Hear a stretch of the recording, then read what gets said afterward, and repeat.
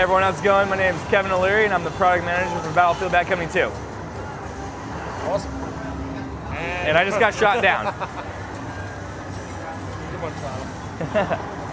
Cool, so for anyone that hasn't been following the project, give us a bit of a top-line overview of it. Sure, so I mean Battlefield Bad Company 2 came out earlier in March. Off to great success. We've sold over 5 million units worldwide, and so we're obviously very pleased with that. And had great success. We've been releasing pieces of content for players called VIP map packs, and now we're kind of ready to come out with our big digital expansion pack, and that's Battlefield Bad Company 2 Vietnam. Cool, so what's changed? You can see obviously in the environment here, we are no longer in a modern day setting. I'm using an old school weapon, an old AK-47, and I'm playing with some teammates here who don't look like, they're in the modern day army. But it's still Battlefield Bad Company 2 at the roots. And so at the end of the day, you're still getting that same great online experience that you're used to in the past. It's just a lot of new settings, weapons, vehicles, all that stuff has changed and been kind of backdated, if you will, not updated, to Vietnam era. So as you can see here, I'm using an old AK-47. We have some of our partner guys around us here. There's quite a few, there's quite a few bad guys around. Oh, finally get down. One of the cool things we've done, as you saw kind of the opening intro, is we have a bunch of older vehicles. We have 6 of them to be exact. And one of them there, we'll go get it this time again, is my favorite, the Huey helicopter. And of course, Battlefield's always known for, the fantastic online gameplay, but vehicles always make a big part of that. As you saw, there's plenty of destruction still involved. So all those core tenets are still there. There's just a lot of new elements specifically for the Vietnam era. So you can see here I am in the Huey. We're gonna go. Maybe we're gonna go take the fight to the Viet Cong right here. I think I'm playing as. Oh, here we go. We got some.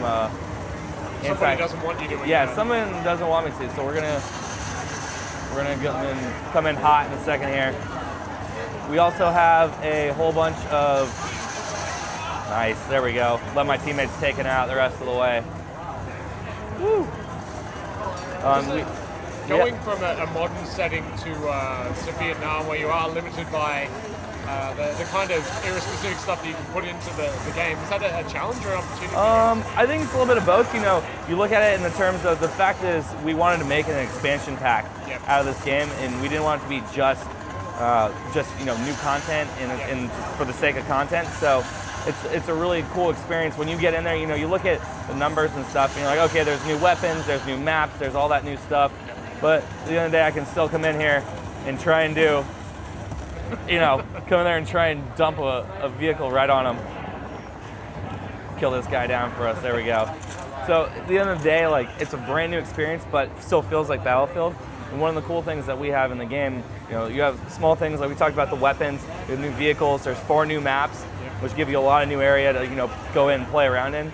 But together, it feels like a brand new experience. So you have these great things like, the destruction of the vehicles, but you're getting in there using different weapons, and it really just feels differently. And you get stuff. One of the big things I've taken away is the dense foliage. You can come in and you snipe, and it's very different. You can sit in a big pile of bushes and shoot guys, and no one can really see you. Then you move to a different pile and you shoot them again. And in the modern setting and with the weapons that we have in the regular version of Bad Company 2, it's not quite the same. So it just opens up slightly new gameplay elements. One of the cool things that we have with Battlefield.com, we have a blog, and we post every time we do a major change or update. We post a lot of those changes, what they are. Slightly tweaking or balancing weapons is a really big thing. Making sure that something seems like it's slightly over or underpowered, you can adjust it, you can tweak them and tune them. And so I think that's one of the big things. If you look even back before the game came out, the betas that we ran, giving people the option to give us feedback on a non-final game, and then see those changes in action when they finally load the disc in the tray. I think it's not only rewarding for those players, but it's also very beneficial for everyone in the whole experience. We come out with a game that's already had testing on it in ways like that. So the Battlefield team always has been highly respectful and receptive to the community. So even more so coming in with this title in this game, I think a lot of people are excited about it, and in a lot of ways it's a good nod back to a older game that we may have made a handful of years before. Yeah. So what are you showing here that's new? So I mean, everything like we talked about, the setting itself is new. You know, we have the same modes that we've had in Bad Company 2, but this map itself is called Fubai Valley. And so as you can see, as we were talking about like the dense foliage and stuff like that, we have 4 total maps, and there's good variety within those maps themselves as well. So this is just one of the many to show.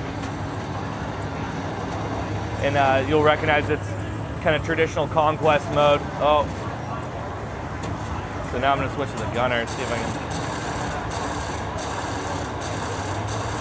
All right.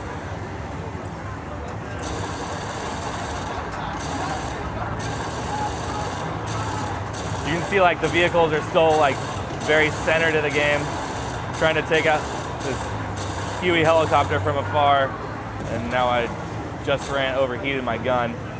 Uh-oh. There we go. Oh no! Oh. You can see like those are the great, what we call battlefield moments.